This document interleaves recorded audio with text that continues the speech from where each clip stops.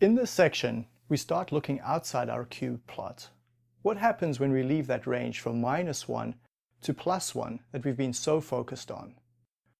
We're going to add a new tool to our toolkit that we use to analyze the data, the concept called response surface methods.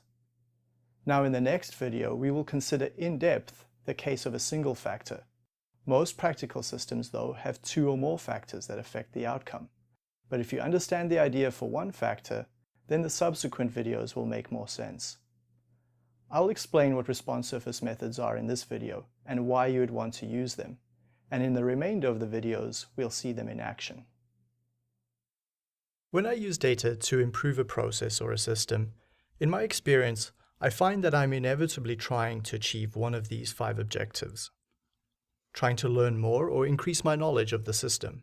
Maybe I'm troubleshooting the process. Or perhaps I'm using the data to make some form of prediction. Or maybe I'm trying to optimize the system in some way. Or finally, I might just be monitoring the process based on the data to make sure that I'm retaining all those performance gains I've made in the past. Those of you taking the course and working in a company, you will find that any project or task you do likely falls into one of these 5 categories. Think back about the past few projects you've been working on. The biggest problem I often encounter is that people don't have their objectives clearly in mind. Once you've figured out your objective, picking the simplest approach and using the appropriate tools to solve that problem becomes apparent. In the prior 4 modules of this course, we have focused only on the first 3 objectives listed here. We've hinted a little bit at the 4th one, trying to optimize the process in some way. For that first objective, we've seen how we can learn which factors are important and eliminate which are not. This improves our overall understanding of the system. To quote George Box, discovering the unexpected is more important than confirming the unknown. Really think about your experimental results and interpret them every time. The concepts learned in this course can also be used to troubleshoot a problem. If your boss comes to you with a problem, you can brainstorm a list of 5, 6, or more factors that are potentially the cause. Then, using fractional factorial ideas from Module 4, you can quickly identify which factors are actually related to the issue by running a screening experiment. And right since the second module of this course, we've been making predictions based on our experimental results, so you're comfortable with that idea. Now in this section, we're going to be optimizing our processes. Let's go back to a familiar system, making popcorn. Let's say you were simply investigating 2 factors, cooking time as factor A and the type of oil as factor B.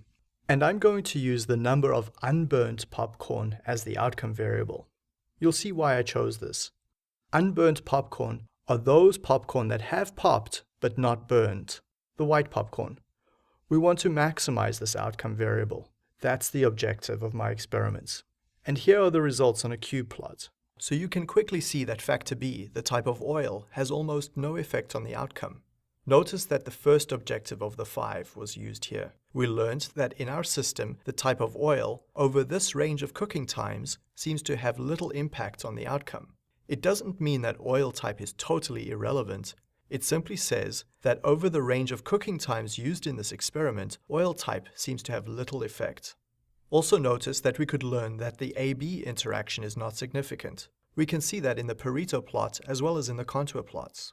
Visually, this means we could collapse our square down to a single line. Let's go apply that third objective now and build a predictive model for the system. Y equals 90 plus 15xa. Note that we don't have to include factor B or the AB interaction in our model because we've determined that B is not useful. Here is the R code, and you will get the exact same result with any statistical software. Just a brief recap on the interpretation of the 15 times xa term in the model. That says, when we increase the cooking time from -1 to 0, or from 0 to +1 in coded units, in other words, a 1 unit increase, then the number of popped but unburned popcorn increases on average by a value of 15. Now, response surface methods, or response surface optimization, uses the idea that this model can tell us where to move to next. We're going to build on our existing experiments over here to figure out what happens over there. We have figured out already that factor B does not play an important role in this system. So response surface methods are used after you have already completed your screening experiments. That's an important point. Don't include factors in the optimization that have little or no effect on the outcome. Then once we build a model based on the important factors, we can now go use it to tell us where to move to next. We can see here that we should be moving towards the right to increase our objective. Now we can never expect the model to tell us exactly or perfectly what will happen over there on the right as we move towards that region.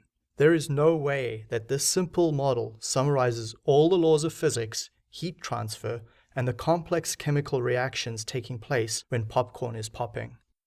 This simple model, also referred to by the name of an empirical model, is a great approximation and provides good guidance on where to move to next. That is what response surface methods are about in a nutshell. Efficient sequential experiments to reach an optimum using only the important factors after you've done a preliminary screening design.